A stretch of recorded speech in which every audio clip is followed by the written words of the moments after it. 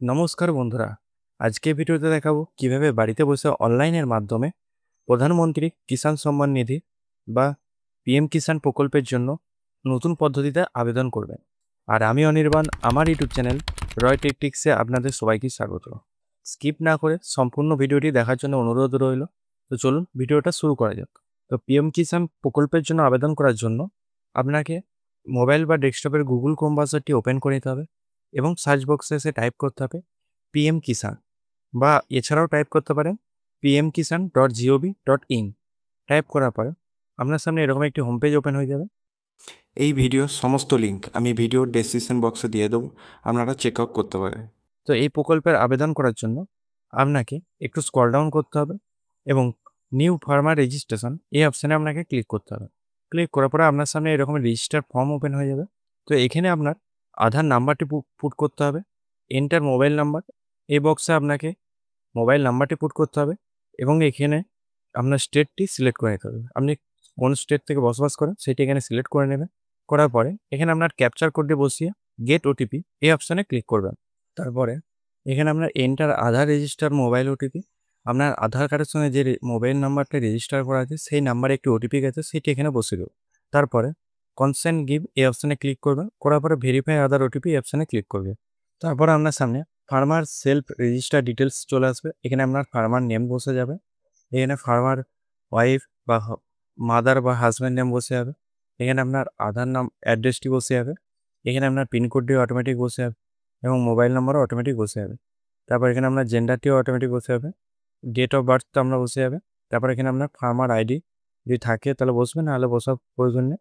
তারপর আপনার ক্যাটাগরি, এখানে আপনার জেনারেল না এসটি না এসসি সেটা এখানে সিলেক্ট করতে হবে।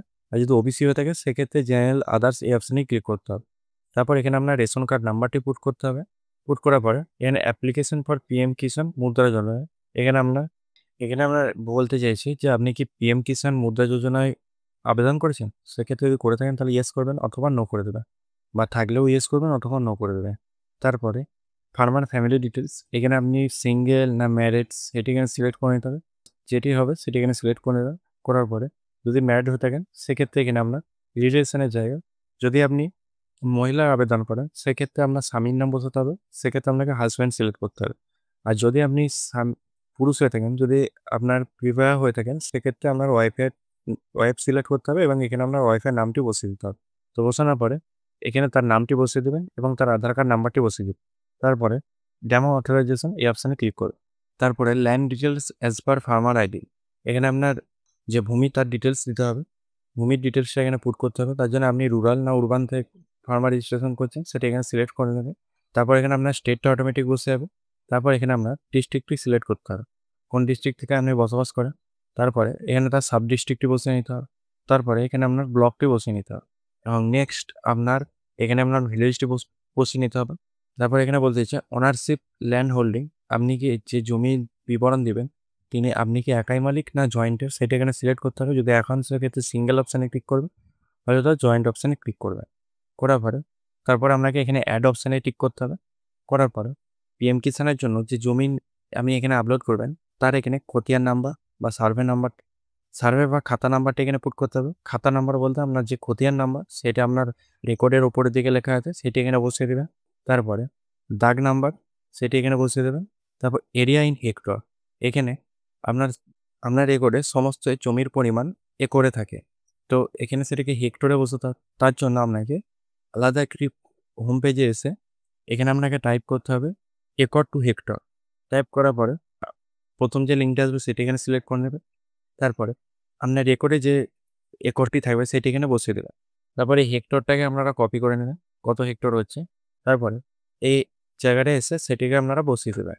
বসানোর পরে এখানে কি আপনার 19 সালের আগে কি রেকর্ড হয়েছিল, যদি হয়ে থাকে সেক্ষেত্রে এই টিক বক্সে টিক করবেন।